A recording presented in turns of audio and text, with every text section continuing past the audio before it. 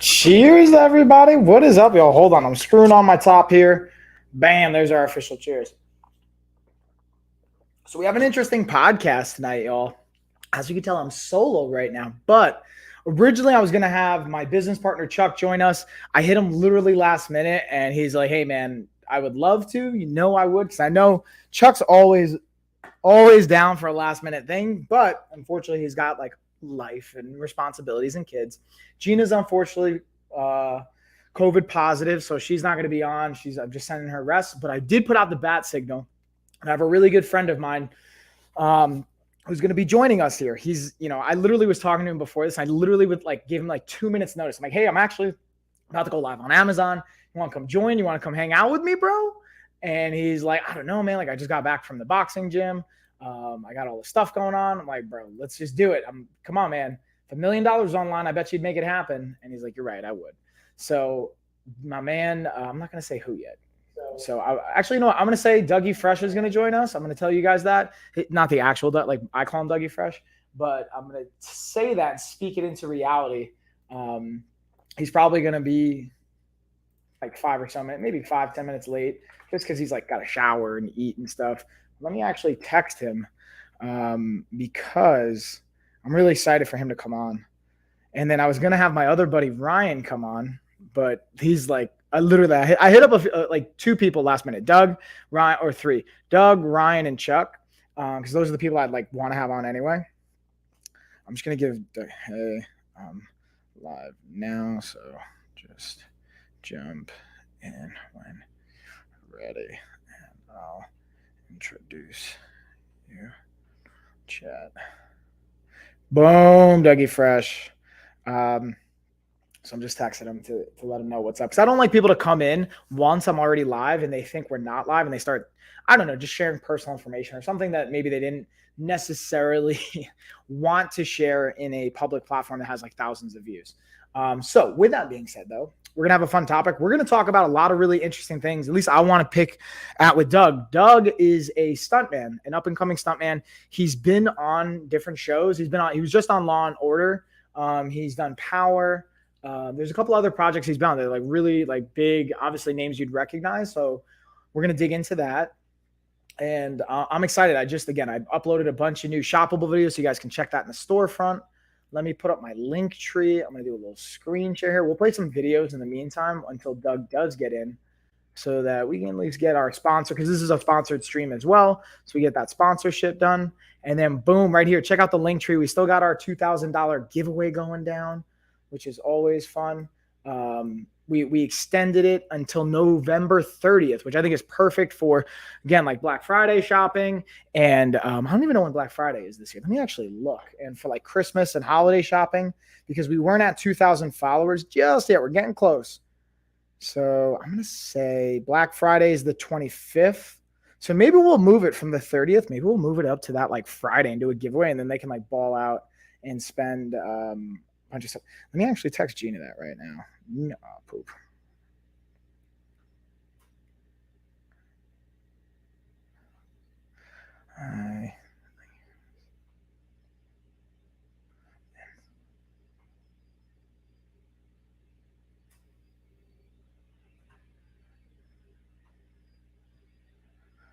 Also, I'm asking Gina right now. What do you think about? Do you think about making the 2K giveaway on Black Friday? All right. So with that being said, let's get into some of our sponsored content. When Doug jumps in, we're just going to hang out and talk. So I figured I'll get that content out of the way in the meantime. And yeah, let's jump on it. Ooh, let's talk about the mini massage. I was using this before in the workouts. This is my second stream I'm hitting you guys with today. And also, just a heads up, next week, we're going to have the fall Amazon Prime Day for Monday and Tuesday. I believe it's the 10th and the 11th, which is next Monday and Tuesday. So we're going to have some great deals. I'm going to be streaming. The goal is to be streaming twice on both of those days. So you get double the whammy of content. And yeah, y'all. Let me see what else we've got here. LOF, content. We get our reviews. Let's roll it. Let's see here. Hold on. Oh, did I hear the kids? But I definitely hear the kids.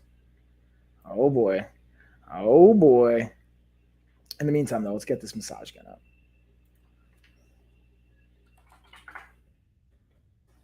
Wait for it. Let it load. There we go. So in this video, we're going over the Meroc mini massage gun. And as the name might insinuate, it's a miniature version of what you would traditionally expect to see from a massage gun. Yeah, David, when I say mini, just smaller in size and stature. Now, to be transparent, while it's still super simple to use, the power on it is Uh-oh. Are we freezing over here? What's going down? Let me know. Proportionately less from my experience. With the mini massager, it does have 3 levels. At the top level, you can hear it right now. It still has great intensity, good percussion, super simple to use. It came charged, which is always a thumbs up to me. And the reason I like this for travel, at your desk, being able to have it in your car, like it's a super, super easy and convenient option. And again, it has 4 different attachment heads, have everything from the flat to the bullet to the rounded to the specialized prong, has an instruction manual as well to give you all the insight, and then comes with this nice, simple to grab and go carrier. Definitely a thumbs up, y'all, especially if you're on the go. So, bam, we got our sponsor content, but I wanted to highlight on the other channel, my LOF channel, we have a lightning deal for the Fit Index Smart Scale. This is something I literally have all my clients either buy or I send them, depending on if they have it or not already. Literally, there's so much value to this thing. And because it's got a lightning deal, I just wanted to highlight that really quick. And I'm also just going to highlight pretty much for the rest of the podcast, the Maono microphone that I'm using right here. It also comes with a nice headset. I don't like using it unless I have multiple guests on, just so I don't know. I like hearing my TV, honestly, but they're super cozy. The kind of input is really effective, especially when like the kids are crazy outside. That looks like a nice product. Yeah, dude. It's definitely the mini massage gun, super clutch, especially to travel with, move around. It fits in pretty much any small space, which is really clutch in the car, at your desk. I have it literally right here. Voila. I was using it before, just demoing it. But this, it can fit in your drawer. It's clutch, man.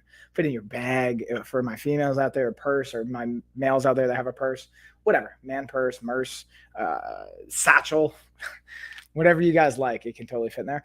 But again, listen to how good this audio quality is with the Maono microphone. I never really highlighted it before, and I realized should talk about this too, right? Especially on the podcast. But anyways, with that being said, let's see what we got. Some other fun. Again, guys, I shot a bunch of. I've not only uploaded a bunch of videos. We had 7 just post today. I uploaded another 5, I think. And I think I'm going to do even more after this. We got so much new content rolling out. I'm so excited about it. If you guys want to see more on all the content we got, from the giveaways to the website to Instagram, whatever, check out Linktree. Make sure you're following here. Satchel, I need one. Yeah, satchels, dude. I have one under my Coach Mike channel, under the Coach Mike ideas list. I actually got to probably put it in my fitness apparel and clothing list. I have a kind of a satchel that goes on your chest, a chest backpack or a chest bag satchel, basically. Super clutch. I bring it to my fights when I'm cornering my fighters, when I'm going on road trips. I need to have my content. It's super, super clutch. I don't have it in the carousel today, but it's obviously a really, really, for me, it's a really valuable item to bring and have with me. But let's see what else we got here, y'all. Ooh, I'm going to highlight the waist trainer really quick. Again, we're going to have Dougie Fresh joining us. We have a special guest jumping in who's a buddy of mine. I've known him for more than 10 years now, since 2007, so 15 years, or 2008. So pretty substantial amount of time. Gone jiu-jitsu together, done so many fun things. He's helped me and my company back in the day, recording content. He's done stunt work. He's actually worked on some pretty big projects. He just did Law and Order. He was on, I want to say, Power. He did a bunch of really cool stuff. And when is your promotion? You mean for the giveaway? What are you talking about for the promotion? The $2,000 giveaway? Is that what you're talking about, David? I'm pretty sure that's what you're talking about, right? I'm going to say it is. So we moved it because we didn't have 2,000 followers yet. I think I'm at 12,065 or 1,265, and Gina's just at just over 1,500, I think, maybe 1,600. So we moved it back to November, and originally Gina scheduled it for November 30th. I want to do it Black Friday, which is that week before, that Friday before, which is, I believe, the 25th. So I want to move it to the 25th. and be able to do it for Black Friday, because I figured we'll give away $2,000 for Black Friday. That like I feel like that will really help too. So what do you think, David? Do you think that will be like? Would you rather have it after Black Friday? And the biggest thing for these waist Let me pause this and then we'll play this video. I like two while I'm chatting again. I'm waiting for Dougie Fresh to join me here. Two things to highlight. One is the ability to help you facilitate sweating. Okay, this is definitely, especially with the inner liner material, it's gonna help you facilitate some sweat, which, if again you want to like, you have to cut weight for an event, like for my fighter, my combat-based athletes out there, my weight-based athletes, this can be a helpful tool. As well as, again, what I do like is it can be a great like tactile cue, so you can have this, you can kind of hook it in. Has 14 different rows of hooks to hold it in place, and after like a zipper getting hot or anything like that, like just rubbing up against you, feeling any kind of awkward. But this can be also a great tactile, physical cue to help. You know what? I don't have the best posture. Let's say this, you put this on, it can help just remind you, I should have that little bit of posture, that little tactile cueing. The one thing I will say when it comes to both that tactile physical cue, whether that's a good question, David. Oh snap, Dougie Fresh is here. Hold on, Doug. You're not added into the live yet, so no one can hear you. Let me add you in. Ready? And you guys ready? Let's do it. I wish I had my sound. My cousin Gina has this like little like sound beat thing. I don't know what it's called, but like drum roll. So, but ready? I'm gonna do like a drum roll, and let's get Dougie Fresh in here. Hold on, let me make it even. Yeah, Dougie Fresh. Hello. What's up, dude? Hey, Doug. How you doing, man? So let's play with. I'm gonna play with all these different settings. See how we can like zoom in, zoom out. So, Doug, thanks for joining us, bro. I literally, like I was telling everybody before, I've been live for like maybe like 10 minutes just because I like, if I didn't go live within a certain time, the thing would like not let me go live because I scheduled it out. Anyways, that's neither here nor there. Point is, I literally hit you with this like 2 minutes before going live. Like I was telling everybody, I'm like, dude, I literally was like, yo, Doug, do you want to just jump on live with me like 2 minutes before I'm supposed to go live? And I know you like got back from boxing training and we got stuff, but like kudos to you and thanks for joining in and hanging out with me, bro. Yeah, I almost slipped getting out of the shower. Don't you do that. Luckily, I know how to catch myself, though. Well, I'm glad you're okay. You made it out of the shower. Did you have a window to get any kind of food in, or are you still kind of starving? Uh-oh. Doug, are you a big MMA fighter? So hold on. It looks like Doug's connection might be a little choppy. So let me pull him out. I'm going to put him back in. There we go. Hup, hup, hup. So what you're going to notice, there we go. Wait for it. How about now? Can you hear me now? Yeah, I can hear you now. There we go. Good. That's like a Verizon commercial, right? Yep. Yeah, the old ones, yeah. So, what's going on, Emmy? So here, just a heads up, by the way, Doug. I figured like since we went live before me being able to like give you any kind of like what the hell's going on. Yeah. A couple of things. One, since we're on Amazon, we can't really curse. We have to keep it somewhat PG as far as like how we reference certain things. Like we could talk about fighting and stuff like that, but like we can't get too gory with it. We can't talk about any, I don't know how to say this without saying it, like rhymes with plugs but starts with a D. I don't know if that makes sense. Like imagine a word that rhymes with prugs, take out the P and put it in a D. Oh, You get what I'm saying? So we can't say specifically. So we got to be like mindful. Not that we're going to say stories about that, but like you have to be very PG. And then Emmy, hold on. And so also I'm going to screen share with you so you can kind of see something because I want you to see. I have like we're live on Facebook, LinkedIn, YouTube, Twitch, and 2 Amazon channels all at the same time. So I'm going to give you a little, so everybody can kind of get a behind the scenes look here into what this screen looks like. Because this I think is pretty cool. Hold on, let me show something to you. Can I say something honestly, Doug? Sure. No, you cannot. So someone has a question. So that was someone, David is saying, can I say something honestly? Hold on. Let me do it. So Dave, you should, or Doug, you should be able, this is like our screen. So this is live on one channel. This is like one of our Amazon channels. This is another Amazon channel we're live on. So my point of saying is if you notice there's a chat going on right here. So we're going to have questions and comments coming in. We have our comments over here. We have another channel over here. So in case you hear me like talking or I reference things and you don't know what's going on, it's because there's like multiple chats and channels open. So I'll try and relay messages is my point. Okay. So to start, let's go back. So David, you're saying, Doug, are you a big MMA fighter? So Doug, so I was kind of like trying to introduce you before you even came on, like how we know each other through Red Boy Jiu-Jitsu days. And you've done boxing, and like I was saying, how you're into stunt work, and I was kind of like name dropping a little bit here with you. Talking about power, and I don't even know if we can say like some of the other projects. I'll let you kind of do that and what you're into as far as stunt work. And then I think David's asking, like, are you an MMA fighter? And then Emmy has a question. Wait, your stream is the same stream on another channel. Is someone stealing your stream? Oh, that's a good question, Emmy. So I have 4 different channels on Amazon, but I'm streaming to 2 of them at the same time. I just have different products because one of my streams is a sponsored stream. So you're going to notice I'm going to highlight certain products throughout it. And then on the other one, I'm going to have other products that are here in the background, like this microphone, the sauna behind me, the squat rack, the desk I'm using, the mouse. So just as a heads up for Emmy that you were asking, oh, wow, I didn't know you could have more than one channel.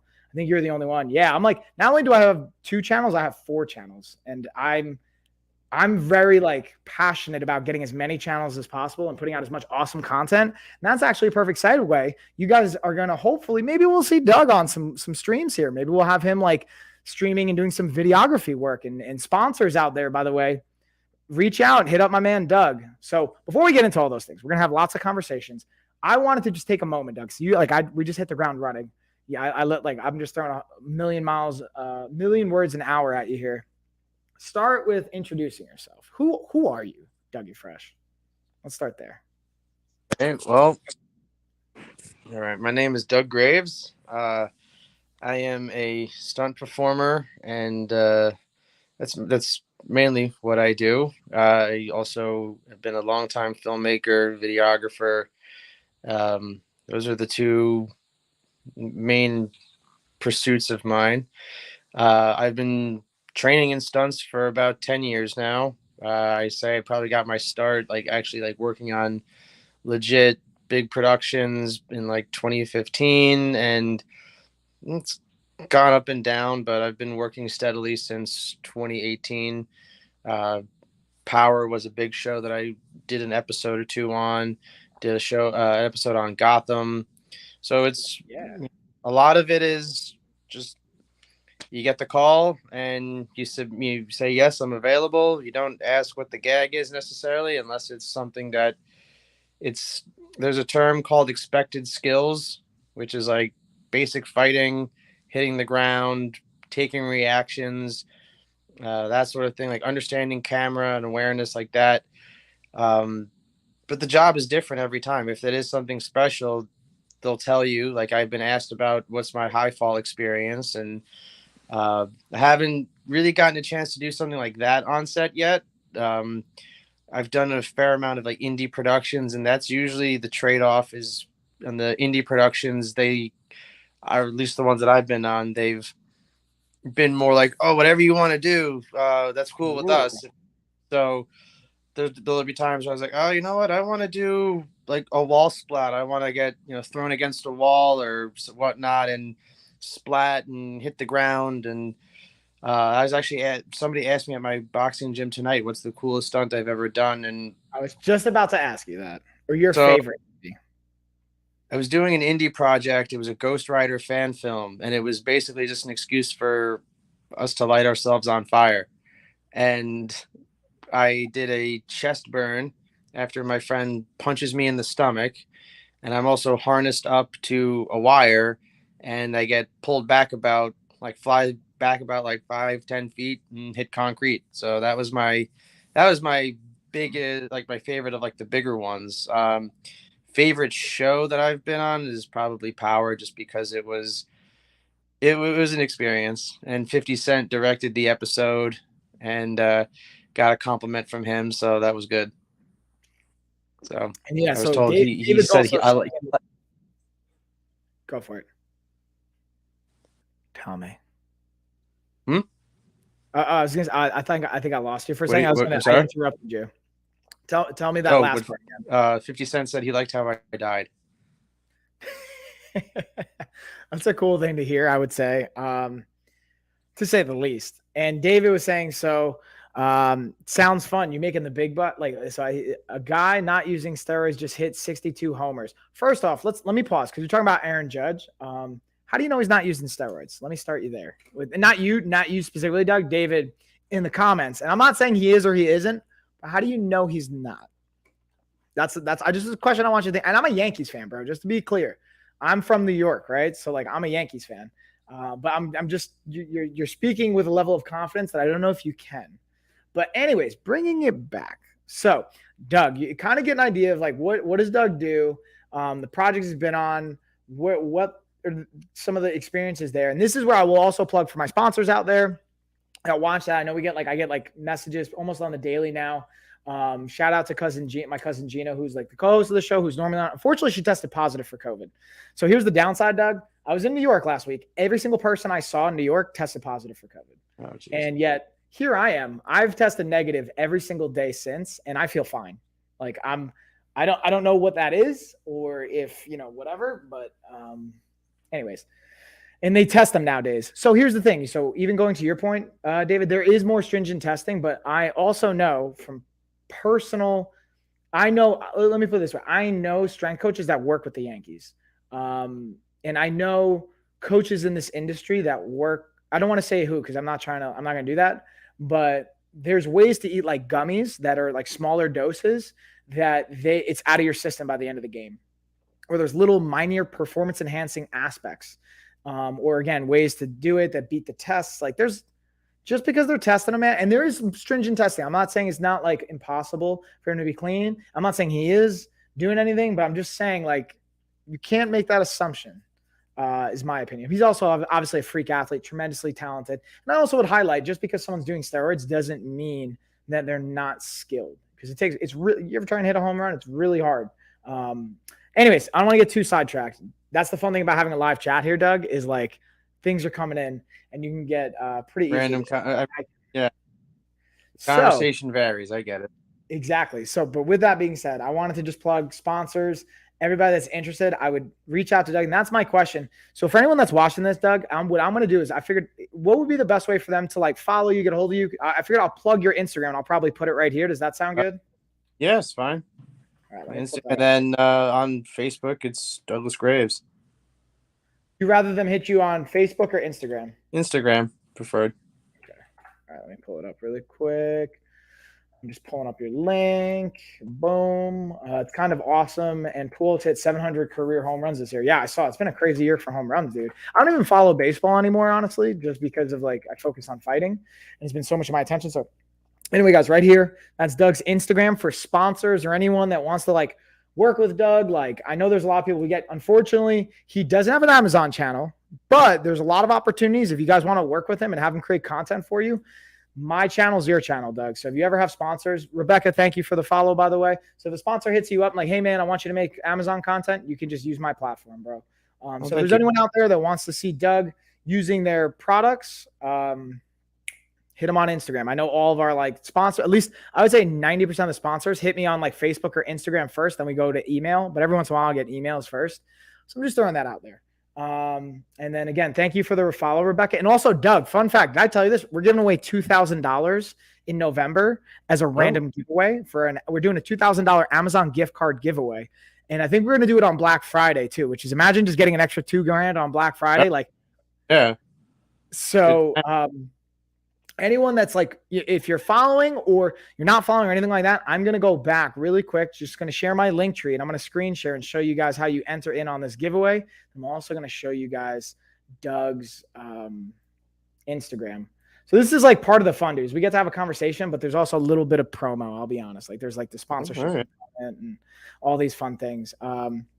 So when you go to this link tree, this is what you guys are going to see. If you want to work with me in coaching, go to Transform Your Health here. But here's LOF $2,000 gift card giveaway. I'm sponsoring this. So I'm taking money out of my own pocket for you guys as a way to give back. It's 3 of us, Gina, Anna, and myself. So what you guys are going to do is you're going to put your name, your email in, enter, and then you're going to make sure you're following all of these Amazon channels, Gina's, Coach Mike, LOF, and the Professional Goddess.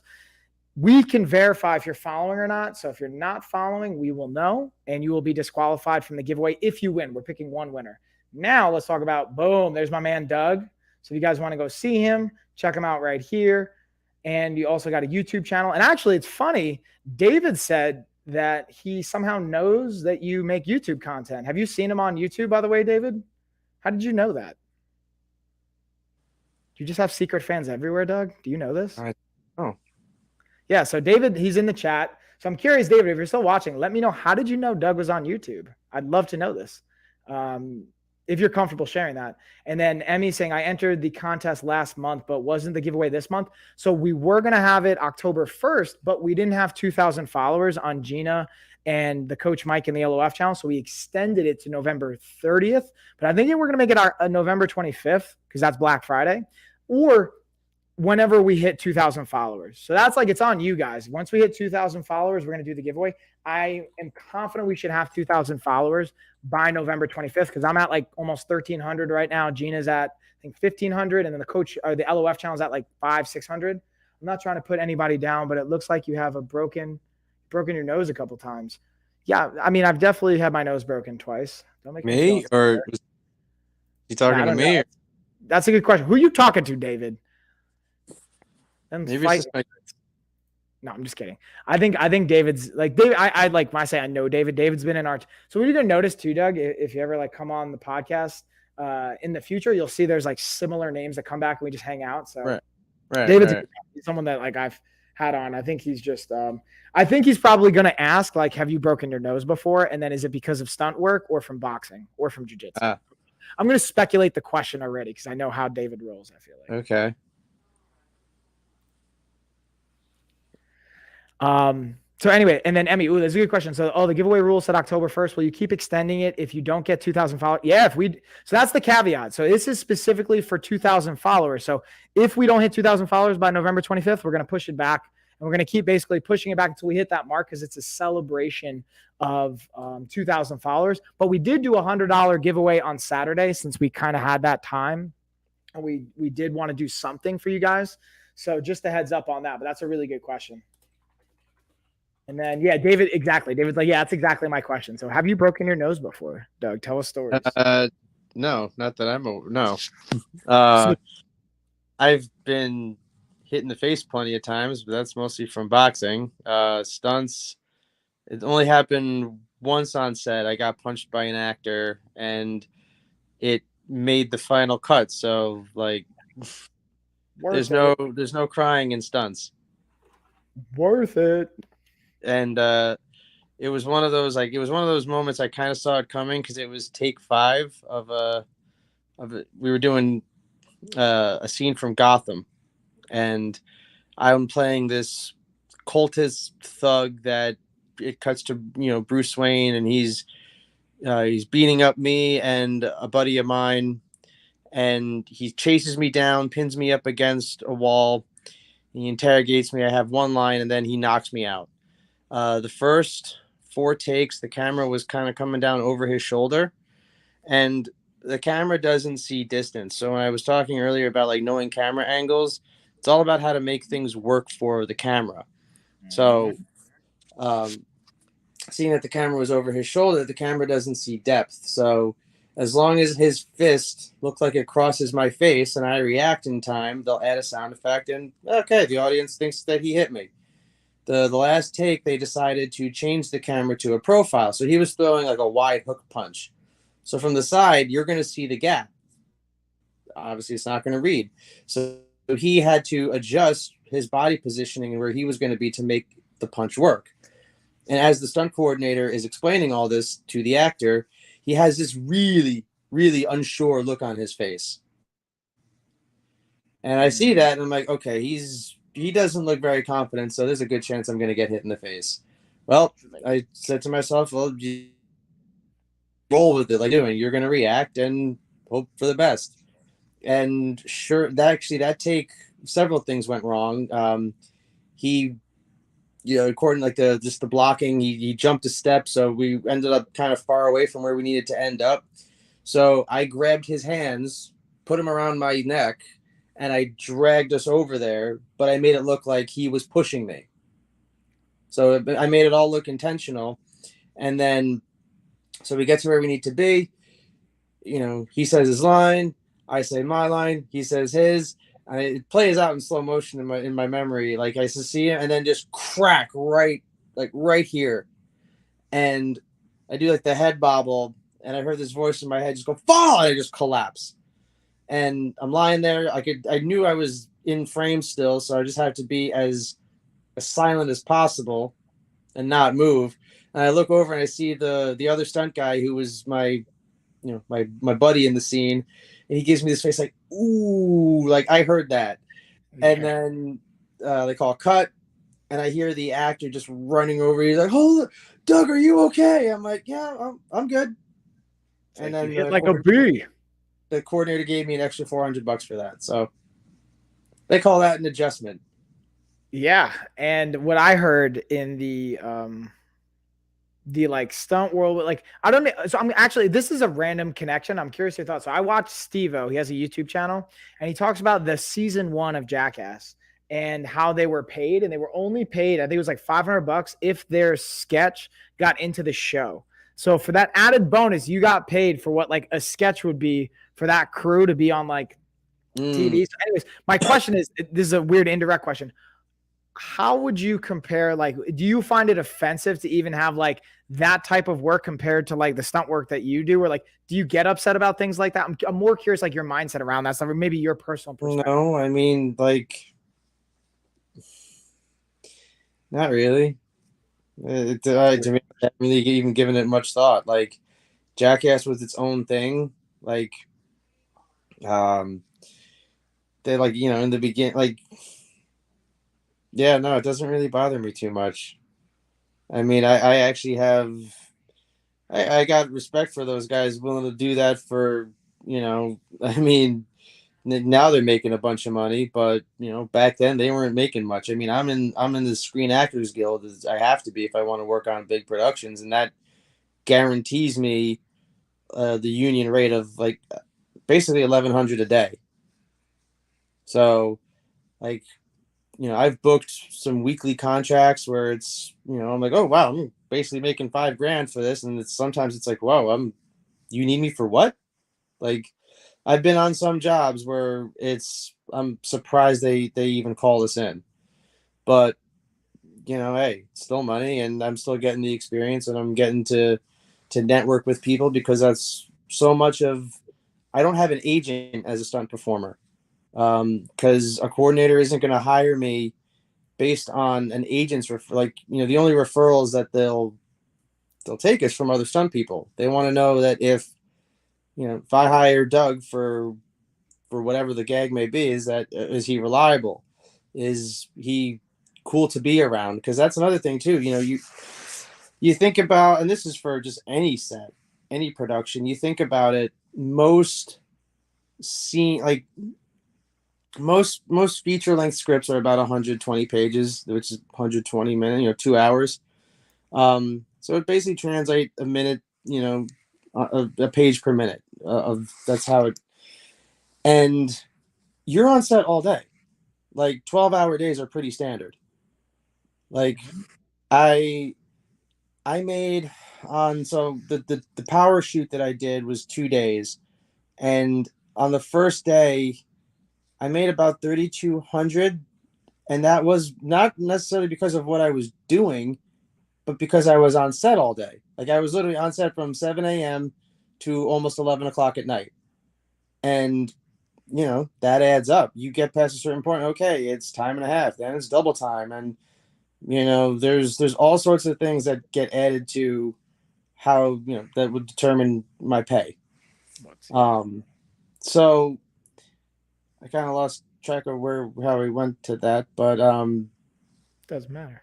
I was asking like an indirect comparison to Steve-O, Jackass people, like more of like a that, but this is the whole point of the podcast, man, is like we have like maybe sometimes talking points, especially this is a last minute kind of guest request. I just wanted to hang out and talk to you, honestly. And I'm just glad you came on. Like people are going to ask questions in the chat. I'm going to just like, and you're going to notice I'm like typing. So I'm commenting back to people and highlighting different products, but I'm just glad and excited. And one thing I always tell my guests before that they come on is like, listen, this particular one, because it's sponsored, it's going to run an hour and a half. You do not have to stay for an hour and a half. That'll be till like 9:30.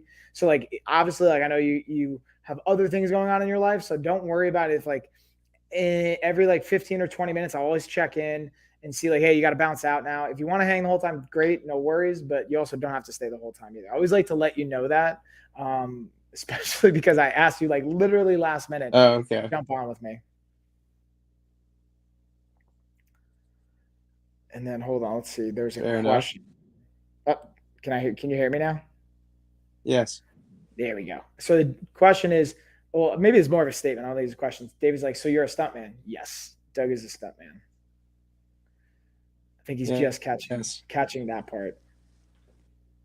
So what I want to go back to, Doug, I want to go back to our Red Boy days, bro. I want to talk about how we first met. I'm sorry, what? I wanted to go back to our Red Boy days, and I wanted to talk about how we first met, or like how we originally got to know each other. Because I've had like Mike Stout on the podcast before. I've had D-Rock on the podcast before. I've had Eric. I've had Johnny Blanjardo. I've had like not on the Amazon one, but just on my LOF podcast. So I'm excited to have you on. I always love, to me, Red Boy is like an alumni, almost like a school, like a college. It's a group, an alumni group to me, and I always have a warm place in my heart. Like I didn't see D-Rock in person, but I talked to him like a year and a half, 2 years ago. And it's like, nothing's ever changed. You know what I mean? So I always have a warm place in my heart for our crew. And I'm curious to hear your perspective about when we first met, where you were at, like how you found the gym. Like I know a lot of this stuff, but I wanted you to share it with the audience as much as you feel comfortable. Well, I mean, I started going to Red Boy because I was friends with this was back in like the MySpace days. So I'm going back. I was on like some martial arts groups and Mikey Triangles, Mike Sanford. Shout out to Mikey Triangles, man. Yes, he was on this one group that there was constantly like people posting about, and I noticed there was the traditional guys and the more MMA based guys, and the very, very much heated opinions. If and so yeah, so he was bringing up some good points, and I was like, for a while I said I was more of a traditional guy when I was first getting started with martial arts, and then I was like, you know what? I kept hearing about Brazilian Jiu-Jitsu, and it's like, you know what? I'm not going to knock it if I've never tried it. And also, I meant like, hey, where there's smoke, there's fire. So there's got to be something about it that's working. So I decided to give it a try, and I noticed he was living on Long Island, and that's where I was at the time. I was going to film school in Five Towns College. Yeah, Five Towns. And so I decided I messaged him one day, and he was like, yeah, come on over. And he told me about it. He wasn't there my initial day. It was Paul and Combat Paul showed up. Combat, man. And so, yeah, I had a private, and I enjoyed it. And then started coming on like the Thursdays when it was no gi, which there was the most people there on the no gi nights. And then gradually getting just more and more involved. And before you know it, it was like, that one summer of like 2000. This was in like the fall of 2007, and then we like that. There was like that summer into 2008. I was there almost like every other day, and just I went from like 225 pounds when I first started jiu-jitsu. So like beginning of my junior year to beginning of my senior year, I was down to like 180. And I remember like I walked into my senior year, and people were like, "Well, they thought I was using substances to get myself in shape," and I was like, "No, just jujitsu." And I had never done that, anything like that before. So at first it was I won't say tough, but getting conditioned just for rolling and just getting familiar with a lot of it. There was, just the warm-ups. What? Do you remember the warm-ups, man? Like for a lot of people. Oh yeah, we had crazy. There were some nights where the warm-up was like, oh wow, I'm done after that. Were you there that time when we did the medicine ball rugby on our knees? Oh yeah. Oh yeah, that was, yeah. that was. I'm like that might as well have been the whole class for me when we were like, all right, we're gonna. I'm like that was practice. That Like, wasn't are we like that done? wasn't the warm up. Jeez. Um, but yeah, no, I quickly became like a place I love to go to. So when it ended up falling apart, it was bittersweet. But Yeah. I ended up finding out where most of the guys went when they all went to Airborne, the follow up, Shout out which to Eric.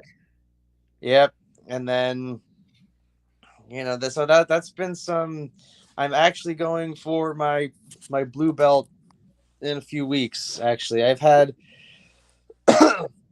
I don't want to say some bad luck with getting to the point where I'm about ready to test for it, and then something happens, and then it forces me to step away, and then it's a perishable skill. You don't keep at it; it's going to go away. And the first several times it was the school's closed down, and then I book work on stuff, and then it's like, all right, well, I can't be, if I'm working in the city or whatnot, I can't be because I live in Connecticut, so a lot of back and forth. And then I was training, pretty consistently, and then COVID hit, and a lot of the school I was training at, they didn't really offer classes again until recently. So I had people that I was rolling with and drilling with just to keep at it. Mhm. Um, and my friend who owns the gym that I train at now, he's like, I know you've been doing this for a long time. I know that you're competent. If it was up to me, I'd give you your belt now. But his teacher he's got his own way of doing things. So it's like most of my practice recently has been more to just, okay, this is what Professor Harris is going to be expecting. So it's adjusting to what he's looking for as opposed to like what I've seen at other schools for blue Yeah. belt testing. I mean, I remember shit. I remember Paul Rodriguez. Um, he had these two white belts who were going for blue. He brought out one blue belt and he said, "Whoever wins this round gets your blue belt." I'm like, Yeah. "Oh." And this is like the first time. Like I was still really new at this point. Like, oh, so is this like a thing? Is that how most jujitsu? Is that how jujitsu schools operate? Right. We get a Kumite Oh, style but or King of the Hill. right. Yeah. I Yeah, it was. I miss those days, especially too. Like when we were doing on like Tuesday nights when we had the capoeira people come in, and they had like the one section of the gym, and they're playing their instruments, and we're in our gis and we're rolling. I'm like, I feel like I'm in Brazil right now. This is awesome. But yeah, the Red Boy had a good thing going for a little bit. Yeah, yeah, it was yeah, there was, man. and like yeah, I did like I made a DVD of Eric, one of the seminars that Eric was doing, and they started selling that, and I'm like, yeah, like felt like they definitely had a good thing going for a little bit, and then just hey, stuff happens. Certain things in life will happen that can very much shift the trajectory of how things are going to go. And then hold on. Ooh, there's a good question coming in. So David, you have a few questions, and we're gonna pause. So we're gonna keep going, but I just want to acknowledge the questions, and then we'll get to them later because you've actually honestly answered these. But we're gonna circle back because people jump in and out. You're gonna notice this about the streams. There's like maybe a dozen or so streamers going at any given time, which is also crazy on Amazon. There's only like a dozen people that stream at a time on the entire platform. On like YouTube or Twitch, you'll have hundreds, if not thousands, of people live at the same time, Oh, or okay. Instagram or TikTok. But here, there's only like a dozen, so people like kind of jump around a little bit. So, what's the highest you ever jumped from without a parachute? And then, what films have you been in? So, we're gonna pause. We're gonna get back to that. We're gonna keep going down this jujitsu journey because I wanted to I just like reminiscing and going down these like Yeah. memory roads and sharing stories. Then we'll go back and we'll answer those, David, for sure, though. But anyways, so even to acknowledge, like, oh, man, and this is what's funny, man. I have to remind myself this sometimes, and I'm wondering your thoughts on this. Like, I if I think about where I was in my life in like 2000, I think I started in 2006 or seven, like right when you started, right before, maybe right after. I don't even know. But I Well, I remember remember being there. that around like the spring of 2008, if I remember right. Like, because we found out that you live like super close by, and we're like, oh, dude, we should carpool, and then that was the beginning of our friendship. Yeah, dude, do you remember some of those drives, man? Oh I don't yes, drive the same anymore. oh yes, I there was yeah, I remember our drives. It was fun. Yeah, such a great time, man. And like I remember, dude, I would cut I had such a bad GPA. I had like a 1.7 GPA while I was going Really? to Red Boy, just because I would cut class and I would go to jujitsu because I didn't want to. At some point I realized that I was really depressed, man. Like jujitsu saved my life, like legitimately saved my life. And like I was not in a happy place. I wasn't showing up to school. I wasn't doing good. And I was Mm. naturally always like for reference to those of you that don't know this, I went to Stony Brook, and Stony Brook's not like a hugely well known, but in the science space and in the tri-state area, it's kind of like decently known. It's pretty. And every time I would tell people, oh, I go to school in Long Island, like, oh, Stony Brook. Right. I'm like, Yeah. no. And they'd go down the list of schools because I went to a very small college. Yeah. And And yeah, it was right next to me too. Right. So like, yeah, um, so the point of saying all that is like it really gave me a lot of purpose, and it showed up in a place in my life where like I really needed it. And I realized like everything I have now is what I wanted to have when I first met you, bro. Like I had just started my blog, because before I even had Life of a Fighter, I was just blogging. I don't know if you remember this, but at one point I forgot who started this, but I had become a certified personal trainer. Paul let me like put up business cards at the front. I was blogging. I had mikecaulo.com/blog. So everyone would call me .com. That was like my first nickname, was like D-Rock and Combat. And like people would call like Johnny, they would call me .com. Or I'm drawing like even, why am I drawing a blank on D-Rock's friend who worked in the pizza spot with him? And I talked to him. I saw him in person. I'm like, why am I drawing a blank? I'm horrible with this stuff, but you know who I'm talking about. It was generic. Gabe, wasn't there a Gabe? Not Geo, not it was there was a Gabe too, but not him. I'm drawing a blank. Anyways, doesn't matter. So point being, like that's like where I started. And I have to remind myself. What was it? On Dre. Thank you, Dre.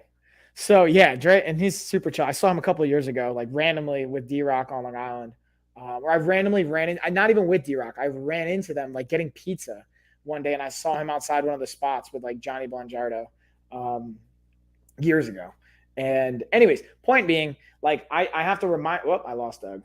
He'll be back. There we are. Yeah. Thought I lost you there for a second, but we're back. One second. It's all right. So you got a phone call probably, right? No, it's just I don't know. I was trying to connect with my via laptop, but got to the point where I'm just like, all right, I just forget it. I just updated my operating system, so things are going slower. So I'm like, you know what? I'll jump on the phone and hope for the best.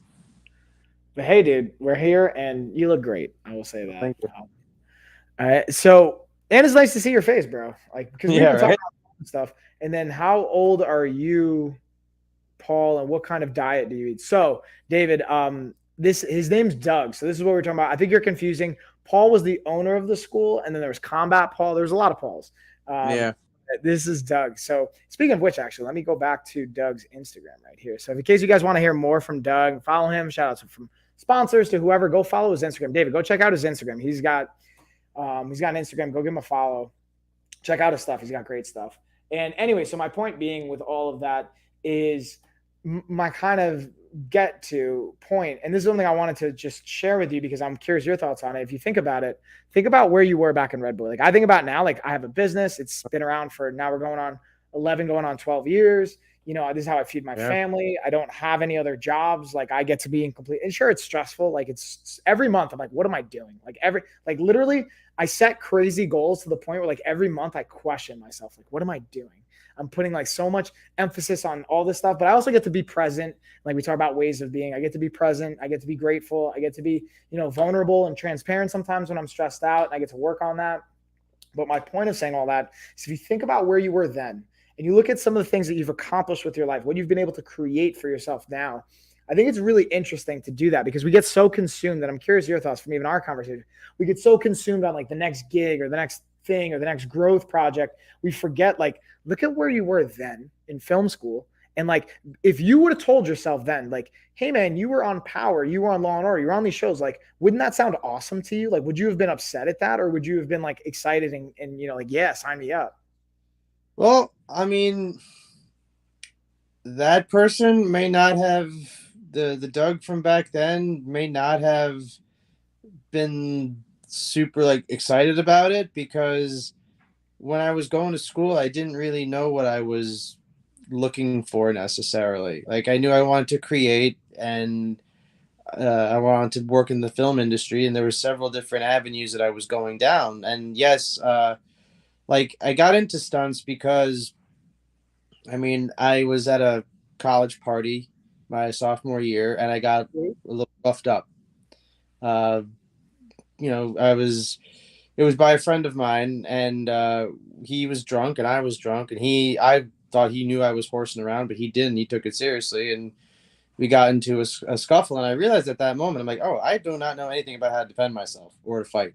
Mm. Um, and then it played out like a movie. The next day, my twin brother, who also went to the same film school with me, he and I went to go see a martial arts movie, Tony Jaa's The Protector. And I walked out of that movie with like two things I know for the rest of my life. I want to learn martial arts and as many as I can, and I want to be involved in creating these types of movies. And I didn't really know where that was going to be, like how I was going to fit into it. I'm like, okay, am I going to, be a martial arts filmmaker, or like an action guy, like a John Woo or something like that? Or do I want to just create the fights for movies? Or do I want to, be there was a point where I was debating being an action star. I wanted to be like the next Jason Statham. And so it was a process, and it took until about 2012 before I really honed in on like, okay, you know what? Stunt performer. That's where I want to go. That's where, and like I said, it took some talking and networking with people. I worked on a feature film as a producer's assistant in 2011, and big budget movie. I wasn't, like I said, not doing stunts on it, but I had asked my boss, who was a on the film and actually another producer as well, and I asked them, hey, look, this was a huge opportunity for me. This is where I'm looking at, and just figuring out the next step. And one of them was very honest with me, and he's like, Doug, I don't wish being an aspiring actor on my worst enemy. And he was telling me about all these actors because one of the producers was more of a talent manager, and he's like all these actors that he had represented at one point or another, and like your star could just fade for no reason. Like, not necessarily that you do anything that gets you, as they'd say today, canceled or blacklisted, but like, somebody else who's more popular or just, whatever, like the new it person is, comes out and replaces you. And he's like, I feel like you have a lot more longevity with stunts because it's not as fickle. And, to some degree, I've seen that. Like, there's a lot more camaraderie with stunt performers that I know and with training and whatnot, and than actors, because it's I help run a stunt class out of New Rochelle, New York. My friend Chaz Menendez, it's UATW stunts, and he there's so many. I've been training there for years, and there's so many people who come in there. They think they want to be a stunt performer. It's like, oh, it looks fun. So, all right, well, try it, and after a few classes, let us know if if it's still find it as fun. And some people, they don't. They come for a little bit, and then they decide it's not for them. Some Right. people like have showed up and they're like, okay, well, when do I get my certificate that says I'm a stunt performer? It's like it doesn't work that way.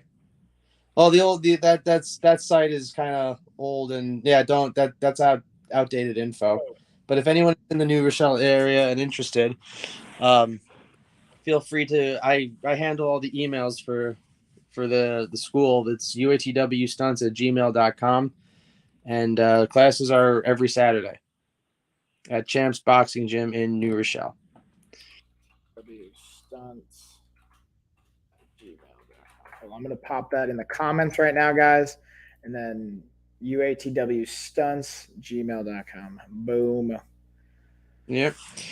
So there's people. I'm like, it doesn't work that way. Like, you don't just get a certificate that says I'm a stunt performer. It's like you continually build the skills.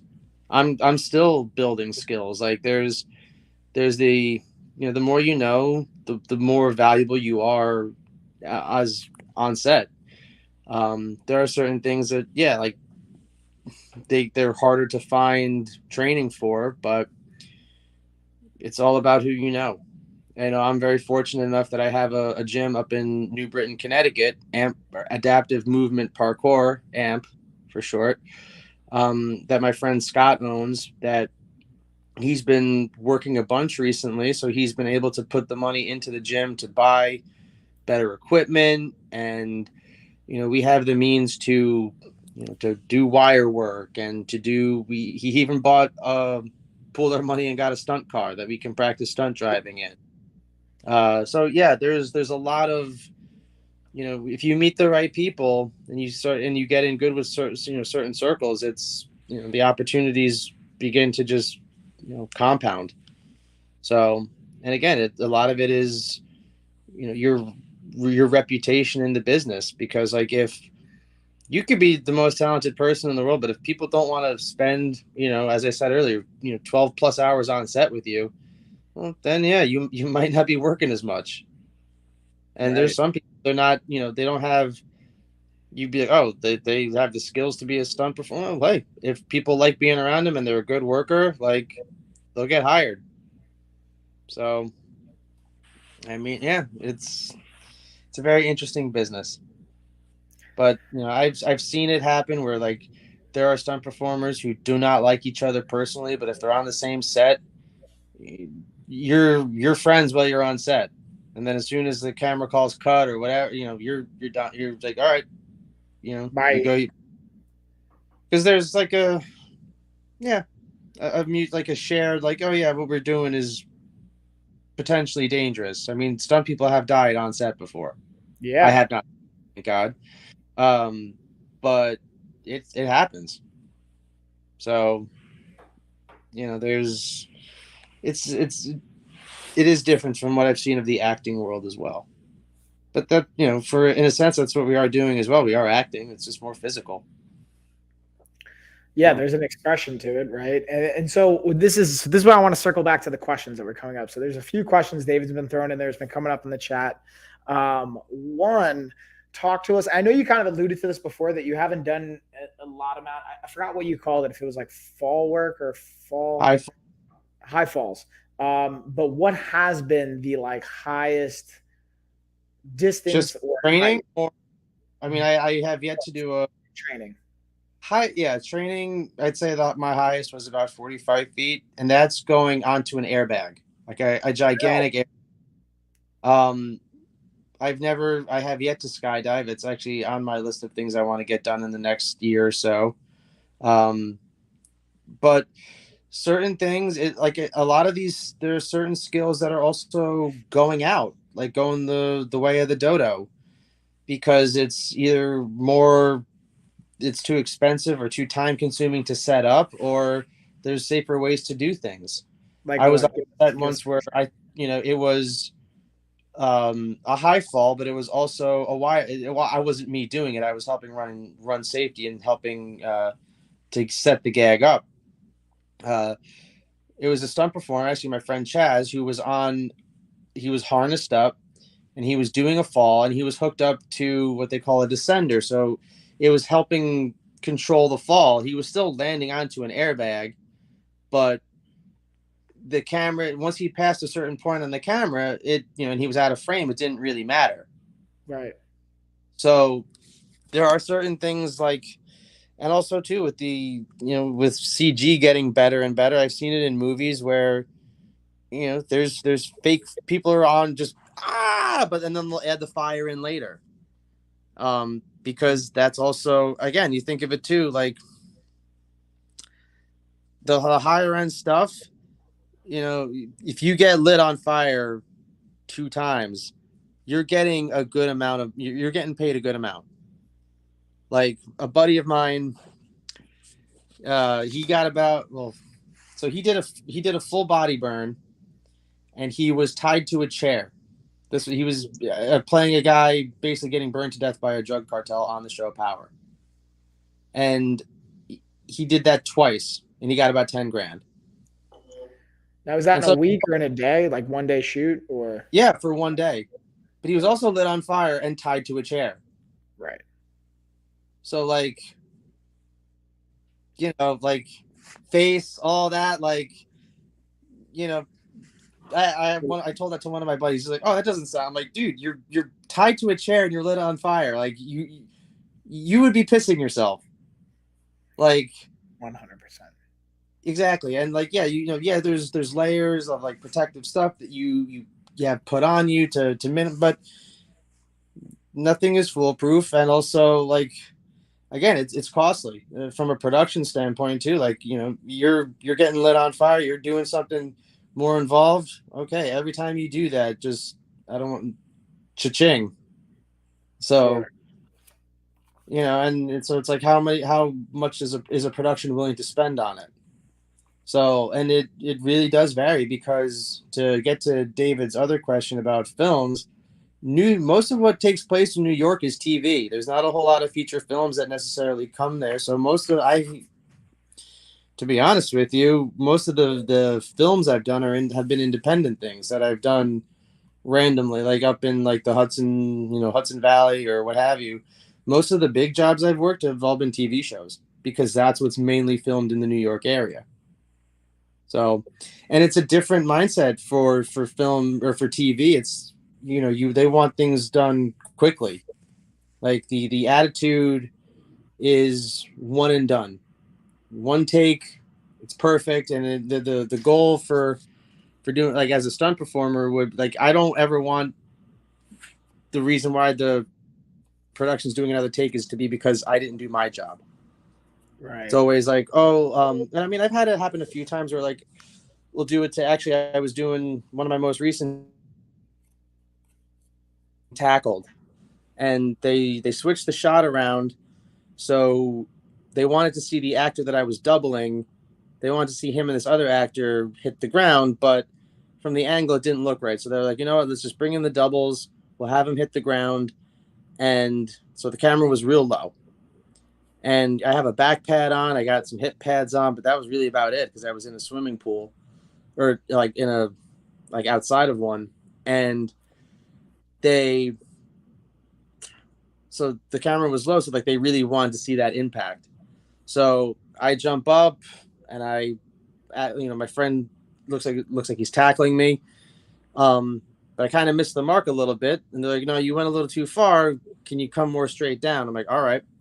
So I just adjusted my trajectory and I just launched myself. And they did what they call a flat back, where I just pretty much came down flat on my back and just, made it look like I just got, the crap knocked out of me. And after that, they were like, all right, cool. On a good gate. That's it. I'm like, all right, cool. Yeah, I'm just gonna walk this off. And like, you did a good job when you have other people from like other departments like, ooh, like making remarks and stuff like that. So I'm like, okay, cool. Then it works.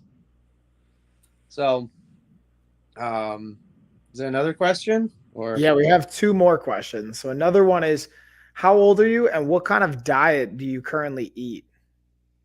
I am 35. And oh geez, diet.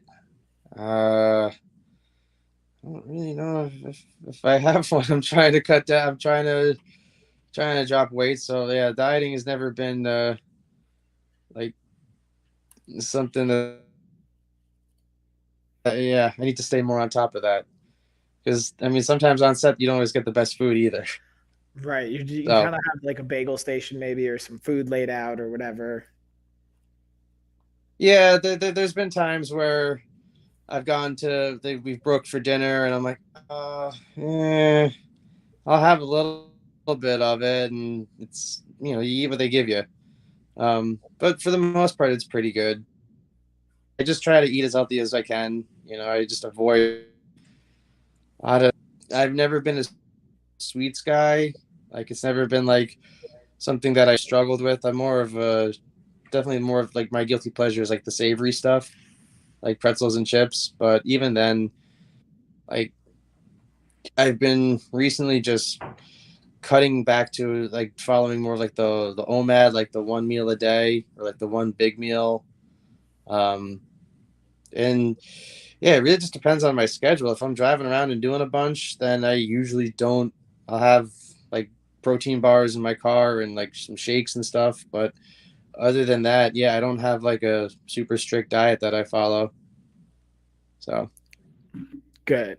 Good answer. Well, more just insightful, I should say. It's very transparent and honest. And then the other piece or the last question is, have you ever been shot with a vest or Kevlar vest on? no, And I think that goes back to the jackass. that, and also like where there's been some mishaps with that, right? Like I want to say we were talking about Bruce Lee before, his son Brandon. If I might be mistaken on that, or Yep. maybe it was like right, like No, wasn't it? it's Brandon getting killed on the set of The Crow. Yeah. So again, we won't get too much into the details of it because we're on Amazon. Like they're particular about certain graphical Well, nature I things. mean, that definitely set a precedent. And I know there was that Alec Baldwin, incident, I forgot which I mean, about like, that. yeah, I mean, like that. Honestly, it's like people have asked me, like, "Oh, what do you think about that?" I'm like, "There's no reason that should have happened." I mean, when I was on Power, every time a stunt performer was given a gun, the armorer was handing it to them. He had pull like whatever. He would basically open the breech or the slide, whatever, shine a light through. He's like, "This is basically ready to go." Like, there's so much safety involved. There's the misconception that we're all just a bunch of like the jackass daredevil type stuff. No, it's because it's not about doing it once. Yeah, we want to be able to do things,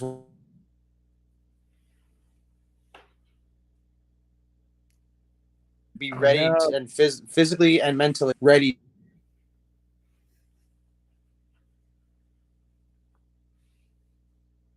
It looks like it was cutting out there a little bit, Doug. Hold on, let's bring it back and then bring it back in. I think we lost you. Wait for it. We're building the suspense right now. Would you ever get? Oh, okay, that's a good question. I'll see. Let's get him back, and it might just be internet, or it might just be connectivity. Because I know he's like up in Connecticut. They're still having some lingering like rain and stuff. Let me pull him back out. Let's put him back. Let's see here. It might be. Let's see what's going down. I don't know if it's my end. Let's check the connectivity. See if I'm missing anything. Right fit belt. But yeah, y'all. So that's a good question too, David. Yeah, he had to drop out. I'm sure he'll connect back in. But yeah, y'all. That's man. Doug touched on so many good things, dude. Yep. There we go. There we go. Yeah, Doug. That's So I was actually just kind of what's saying going on. there's It's been pretty another windy question. here, and the remnants of.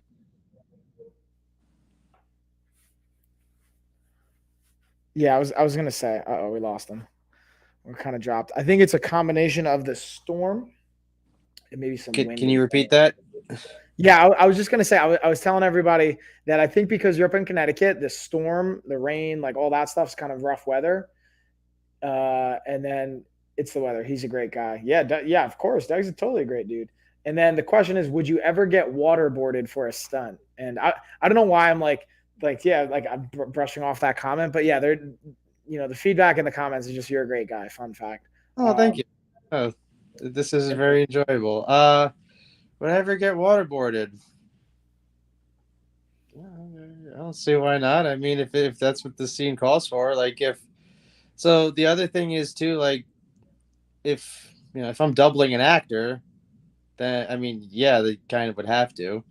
Right. As I was about to say before I lost connection, there's a certain level of bravado and like pushing yourself and doing the doing the stunts, but there's there's a lot that is involved in terms of the safety aspect of it too. Like there's basically the mentality. It's like, I'm only going to hit the ground if the camera's going to see me hit the ground. Like, because otherwise I'm going to save my body and put a mat down. Sure. And there's been times where, the special effects department has like made a mat to look like a floor or a carpet or something. Because the other thing is too, like, especially if you're doubling, most productions now want to see the actor doing it as much as possible. So like there's been there was a job where I was flown out to Pittsburgh for a Netflix show, and I was doubling an actor. And all I was doing was just getting shot and falling to the ground and falling on cobblestones. But the production really, because this was 2021, so there was some technical issues that somebody on the set had tested positive, so we all had to like be in lockdown for like 2 hours. So it pushed us back schedule wise. So a lot of the shots that they were going to use with me ended up getting cut. So they wanted the actor to do the action as much as possible. But as this guy's double, I could have been like, oh, well, it's not that I wasn't working. I still had to coach the actor. Because as a double, that's what you do. If you're doubling an actor and they're doing a fight scene, like I'm the one who's being taught the choreography, memorizing that, and then I run it with the actor, get them to feel good about it. And so like, and the same thing for even just getting shot. Like this act, like we had blocked, myself and the other stunt performer and the coordinator, we had blocked it out, we had rehearsed it, so we had an idea of what was going to happen. So that being said, I had pads ready for the actor, but the special effects department had made up like a neoprene mat. It was about this thick. They had painted it to look like the cobblestones that he was going to fall on. And then through visual effects, they were going to blend it and make it look not noticeable. So this actor had no stunt experience. Lose you? Okay. So he goes out there and it looks like he just trips because he was just practicing a rehearsal. And I'm like, I'm helping him up after every take. And I'm like, how'd that feel? He's like, felt weird. I'm like, oh, it looked weird. So I'm coaching him. I'm like, okay, basically how to take a gunshot reaction, which, believe it or not, that falls into stunts. Because again, it's not he didn't just have to do it once. This guy did it like 20 something times. So you have to do it at the same time every time, because otherwise there's going to be continuity issues. And there was also other action that was taking place. So like he had to fall a certain way in order for the next part of the scene to happen smoothly. So there's a lot of stuff that is involved that you don't necessarily would think like, oh, that's a stunt, but it all factors into it. So again, random train of thought there. Where was I going? Yeah, we're not all.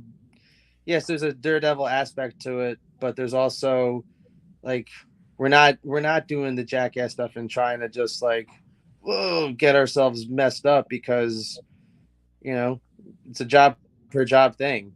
Like you get hurt, you might not work again for a while. So, and I've had to turn down jobs because I've been injured. It's not fun.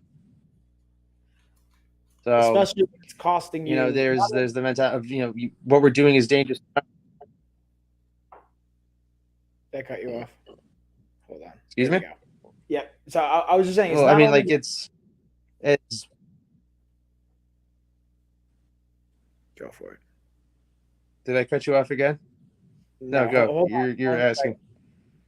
There's question. I'm like tagging in questions while also dealing with like it chopping in and out, and it looks like so. One of the other comments is someone just joining us now. They wanted to say hey, and kind of they're just trying to get what you were doing from like what you're talking about. So I said, yeah, he's a stuntman.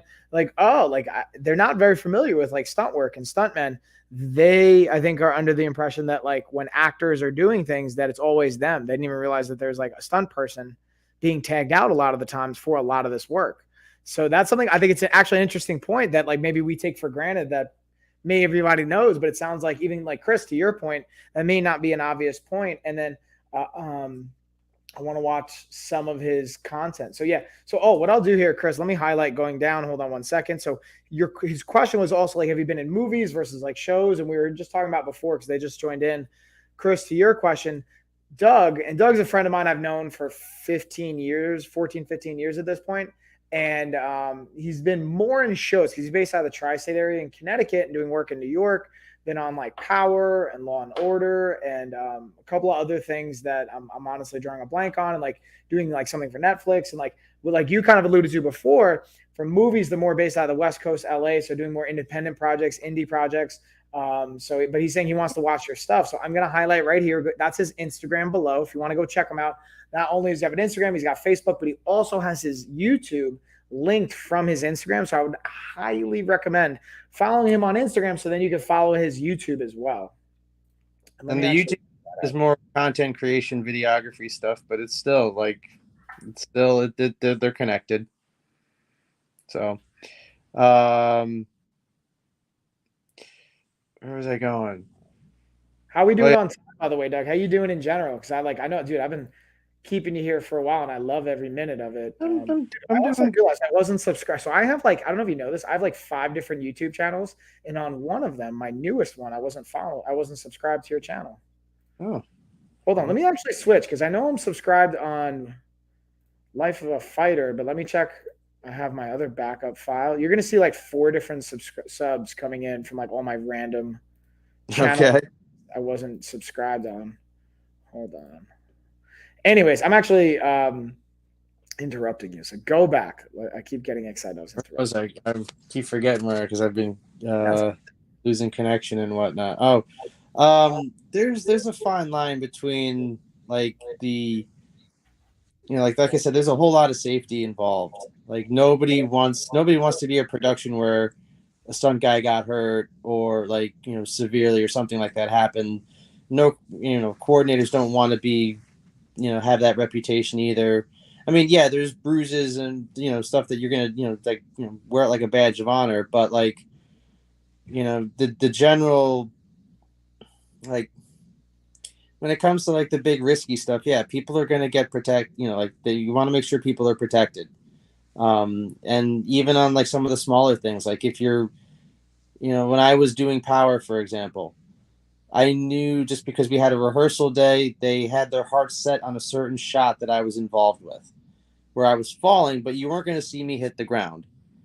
So, when we were on the day, when we were actually filming it, yeah, for this one particular shot, I was landing on a mat off camera.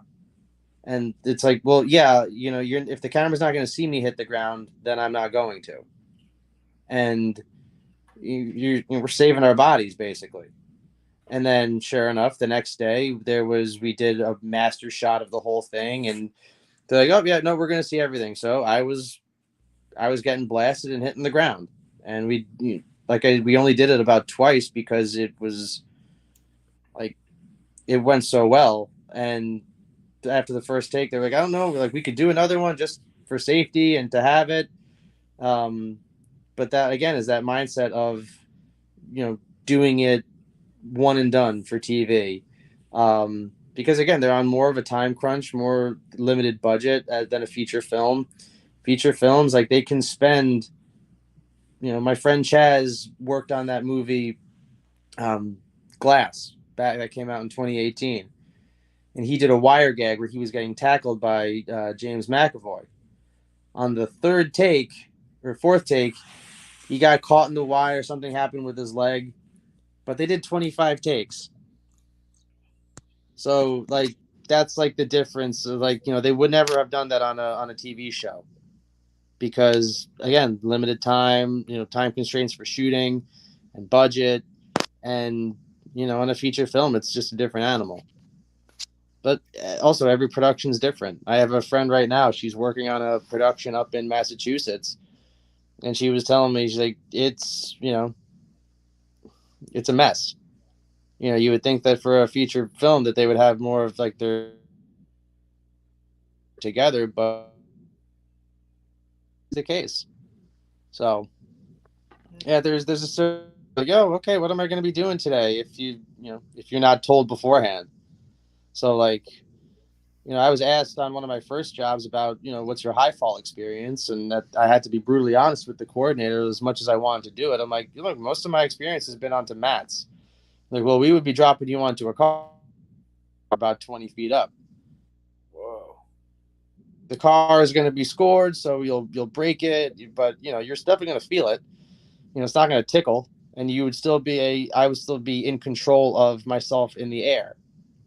And I'm like, look, as much as I really want to do it and I'm game for it, I I can't say with full confidence that it's like something I've done before. And that goes a long way. As much as I didn't want to have to say no to something, the fact that I was honest got me hired the next week. He called me up later and was like, "How about a group sword fight? Are you available?" I'm like, "Absolutely." And because had I shown up there, had I said yes and shown up and then not performed or not been able to do what they were asking, my career would have been done in more ways than one. Like, those coordinators would have never hired me again. Also, the risk of severe injury since I was doing something out of my element. Like, there is a there's guys I know who they work all the time doing different things, and then there's guys I know they work all the time doing the same things. Like I did a driving course a few months ago in New Jersey, and one of the guys who helped found it, he's been a stunt performer for about 30 something years, and for the last like 25 he's been in a car. He's like, no one's hiring me to do a fight scene, no one's hiring me to do a high fall. I get hired to drive. So you either become a jack of all trades, or you hone in on one or a few specific things. Like for me, I love fighting, stunt fighting and wire work. Those are what I love. And obviously, I got to do the basic falls, hitting the ground sort of thing. I've never been much of a tricker or an acrobat. I'm working on it. Um, but hey, there's guys, they get hired because they're fight guys. They can one of my strong suits is memorizing choreography. Like I can remember, like, after being shown, only like once or twice, like, okay, this is where I got to be for that, knowing where to be for a certain, if it's like a group fight, and understanding that, okay, the camera's going to be at this point. So if I go down here, I got to make sure that, camera gets through, and then I can, and it's a lot. And, that being said, it's like also knowing different styles of martial arts. That's one of the reasons why I've, with even though I've been training jujitsu for so long, that I'm only now going for my blue, is because it got to a point where I'm like, all right, I'm solely been working on jujitsu. If I want to become a fight guy, I got to learn different things. And so I just decided to try learning some different stuff. And at the time, the Bourne movies were really, gaining it. Like they had gotten really, like that style had gotten popular. So I started learning, Filipino martial arts and learning different stuff that wasn't what you had like typically, because there was a point where, it was like kickboxing, like there was, so learning different things and learning different styles of movement really helps me in terms of like getting into like, okay, what kind of a fight is this going to be? Is this going to be a drunken brawl? Is this going to be a high level martial arts fight where it's, the movements have to be crisp, sharp, clear, and all that? There's like, and yeah, all that factors into it. Dude, while you were talking, the reason I smiled before is on the other channel, someone was like, "Man, your homie Doug's really cool, dude." I'm like, I know this is a common Oh, theme. Do you guys not know this? Like, I just surround myself with cool people. Um, but I'm there are also flat. other questions. What was that? That thank you. I'm flattered. Sorry. And then there's another question coming in. So wait, two things. Okay, that's a good question. So good question, Dave. I'm gonna come to that, but then Chris had a good question for you, Doug. So it's, what do you, and from your perspective, what is the hardest part about being a stunt man? And then what has been the most dangerous stunt that you've done? So, and I kind of want to maybe piggyback on that when you say hardest part about being a stuntman. I'm curious if it's like the mental, the physical, the like uncertainty. Like there's so many variables I'm sure that comes along with So that. So I'm curious your I thoughts. mean, there's several aspects because as much as there's the camaraderie aspect, it can be very political. Like certain coordinators might not hire you if they're like, oh, you're friendly with this coordinator. Like there can be some petty political BS that goes on. And a lot of it also is to like there's newer coordinators coming out there. Like I have some friends who are up in like they're high level performers, but also they've been blessed with some opportunities to be like assistant coordinators, and in that right they start to shine, and then they get more opportunities coordinating. And some of the more older, more veteran guy like coordinators don't take kindly to that. They're or like they don't.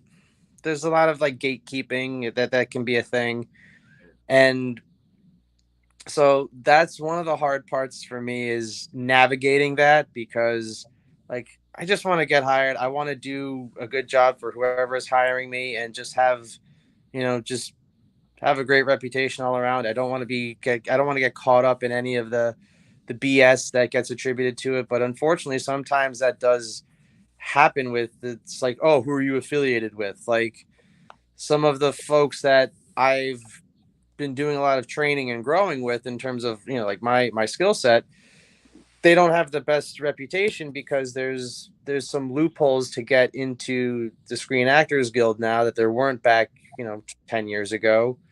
And some people like, oh wow, some people are like, oh wow, they found a loophole and they were able to make it work. Good on them. They saw the opportunity. But then there's other people who it's like they consider that cheating, and it's like, okay, you know what, like that I don't want to be concerned with that. Like that's just stuff that I could, you know, I'm more of the former where it's like, hey, you found a way in, great, because that holds a lot of people up. I was lucky enough that I had gotten, when I was living down in Atlanta at the time, I had met a stunt coordinator who had.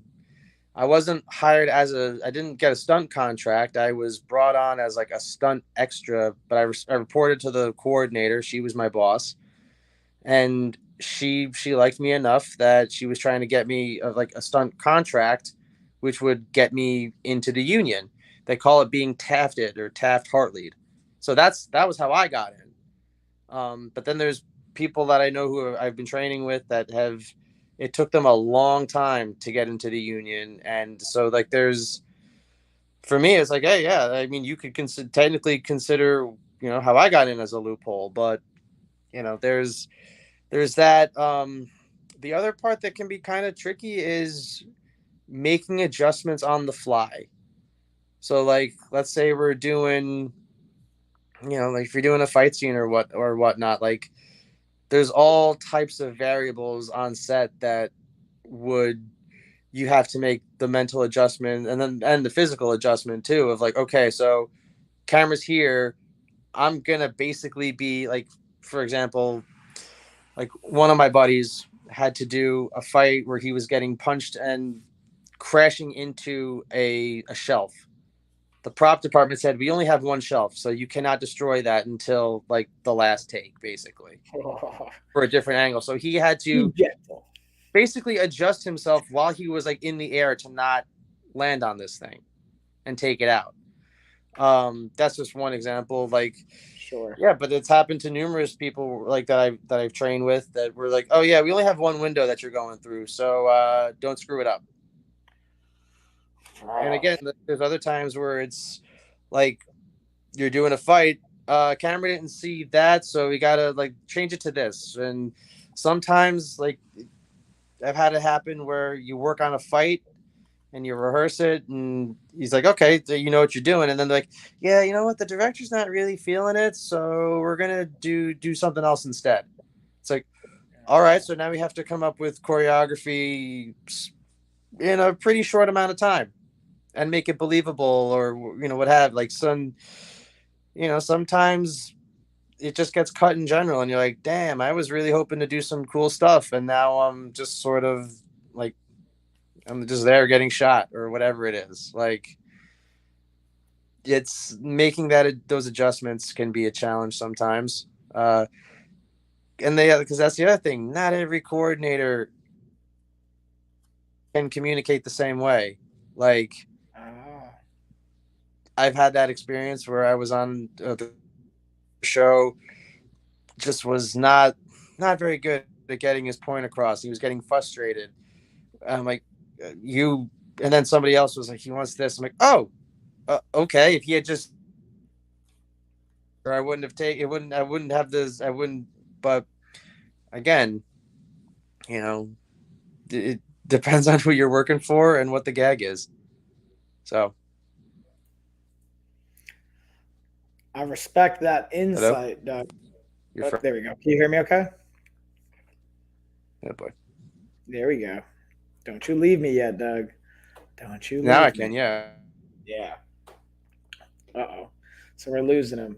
I think it's going to reload. But it's actually kind of like almost perfect time. I wish we had like just a couple more minutes. Bring it back, Doug. I mean, I wanted to like, we're going to start to bring it home anyway, but I want Doug to come back to do. There he is. All right. Beautiful. All right. So Sorry about that. no, it's all good, dude. We're gonna start to bring it home anyway because we're right at that end point. So I appreciate you holding it down with me the entire stream, bro. Not many guests Yeah, can no hold it down problem. for an hour and a half. Well, I know I kind of came in a little bit late, but yeah, hey, once I get started talking, I don't shut up. Hey man, we got good insight. So I wanted to I think we're gonna have to have you come back because there's a lot of questions still coming in. And I'm also gonna spend some time with Ash. So transparently, guys, I love you guys and I love hanging out with Doug, but I also love my wife and I'm gonna go spend some time with her. But before we go, I wanted to do a few things. A, remind you guys, Doug's Instagram right here. Go give him a follow. I put the link also in the chats. And we also, for anyone that's like you're an Amazon seller or sponsor or anything like that, you want to get a hold of Doug, I highly recommend checking him out on Instagram. He's got his YouTube. Again, my platform's his platform. So if you guys want to work with him, we're going to also possibly, well, me and you, Doug, I'll do the outro and then we can chat for a couple minutes before we dip out of here. I wanted to run some things by you. And then, because Dave, you have a good question, like talking about like, you think it'd be cool working with John Wayne or Bruce Lee? Like we could, and this could keep going and going and going. So we're going to pause it. But the last thing I want to do is I want to give you the platform really quick, Doug, and just kind of leave a final message with the audience. And then hold on, Chris wants me to type your name in. Well, I'm going to put in his link here, Chris, so you guys can check it out. It's literally right below Doug Graves, but I'm also going to put in the Instagram as well. But while I'm doing that, Doug, hit us with your final thoughts and let's wrap it up. Final thoughts on what exactly? Sorry. Good question. That is a great question. So really just your final thoughts on anything you want to leave to everybody, whether it's they want to get into stunt work or just a message that you want to send out to the peeps. Ooh, Doug Graves like that. Yeah, that's exactly it. That's right, Chris. So I put the link in there. I mean, like I said, it's not one of those things that you ever. It's a ever evolving process. You're constantly learning. It's you know that's how you really stay in the game, is to adapt and adjust to the new stuff that's coming out, like the new ways of like different ways of doing things. There's never like yes, there's a right and a wrong way, but there's one particular way is not the be all end all. Just like with fighting and just like with life, there's going to be differences of opinions as to what's what works and what doesn't, and just soak in as much as you can, and just as Bruce Lee, since he's come up with, as he would say, be like water and adapt. Like sometimes you're gonna have days where you're like, oh wow, I'm getting paid to be here. Then other days it's you're earning your pay, and but it's quite an experience. I mean, I'm so glad I'm going down this road. Now that I've been doing it, I can't really imagine doing almost anything else. It seems like it's like the perfect blend for me of like the martial arts and just to me it's like the perfect synergy of like these two passions of mine, the filmmaking and martial arts, that have come together. um and if any of the people watching are in the New York area and like New Rochelle, and they might be interested, again, uhew stunts at gmail.com. I handle the email registrations for classes. If you want to give it a shot, if you think that it's something that you might want to try and grow, then by all means, we'd love to have you. And yeah, that's really it. Well said, Doug. So So, I'm gonna give you guys. I always like to start the stream and end it with a cheer. So I'm and gonna it's one cheer of those things you, that you're everybody. like with life, you're gonna get. Did it cut out? Wait for it.